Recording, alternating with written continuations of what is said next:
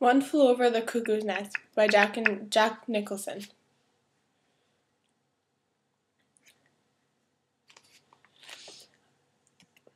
A criminal serving a short prison term on a work farm for statutory rape is transferred to a mental institution due to his apparent deranged behavior. When he arrives at the institution, it marks the beginning of the craziness that is about to occur. The trigger of the plot is that scene because when he arrives, everything changes at the institution. A second scene that was very important was when Randall kidnapped all of the patients at the institution and escaped. He stole the bus and drove them off to a boat where they sailed off together. The scene demonstrated freedom, and it was such a contrast for the patients because the center is so organized, boring, and routine, and when they escaped, it was hectic and crazy. Another scene that was extremely important in this movie was when Randall discovered that Chief was not really deaf and blind. After this, their friendship grew, and they became united in a way. This is important for the end of the film. A fourth scene that was really significant was when Randall had the party in the center, and Billy slept with that woman.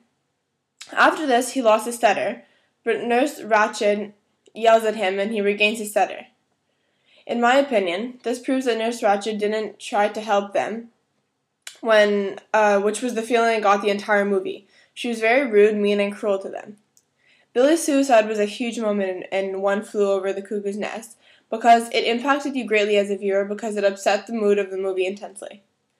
The last scene that I will be discussing was the extremely powerful one at the end, after McMurphy had a lobotomy and was made into a vegetable. Chief smothered him with a pillow and killed him because he was escaping, and they had always said that they were leaving this place together.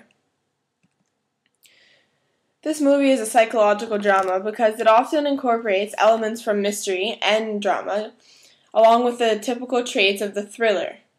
In addition to drama and mystery, it contains elements of horror, particularly psychological horror. One of the main themes that I discovered in this movie was evidently friendship. Friendship came out throughout the whole entire film, which I will talk about a little bit more if you keep listening. Also, self-pride was a main theme. The reason I say this is because I believe that the only reason the nurse kept Randall on the institution was because she had too much pride. Because of this, 2 people died, 1 escaped, and the mental institution will never be the same. Another theme in the movie is coming out of your comfort zone. The entire movie, McMurphy was trying to push his newfound friends to do things they've never done and to become more outgoing. The editing of the movie was quite well done. The angles were well filmed for each scene, allowing us to see everything that was going on. Also, compared to the other movies we have watched so far in class, the camera moved around and changed angles a lot, which enhanced the film in a positive way. The title of the movie was relatively long for a movie title, but it gives a nice little summary of the story. If you analyze it, you know that the one who flew was McMurphy, and the Cuckoo's Nest was the mental institution. It is interesting how a title could give so much away about a movie, which you do not usually realize before watching it, but it is clear after. This movie won 5 Oscars. It won the Academy Award for Best Picture, Academy Award for Best Director, Academy Award for Best Actress, which was Jack Nicholson, Academy Award for Best Actress, which was Louise Fletcher, and Academy Award for Writing Adapted Screenplay. I believe it won an Oscar because it had so many different aspects to which I will explain soon, and also because in 1975, movies making was not that developed, so even though now looking at this film we believe that it is not as well done as some of the films we have today, the camera work, the acting, and the storyline were way beyond the expectations of that time.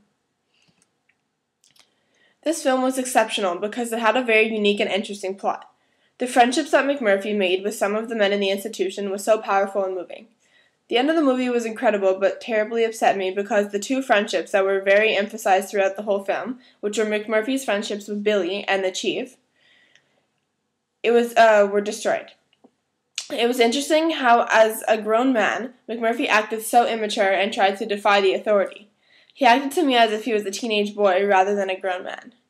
This movie was very good because it had a mixture of a bunch of genres of a movie, such as comedy, tragedy, suspense, and at some points it was even serious. Thank you.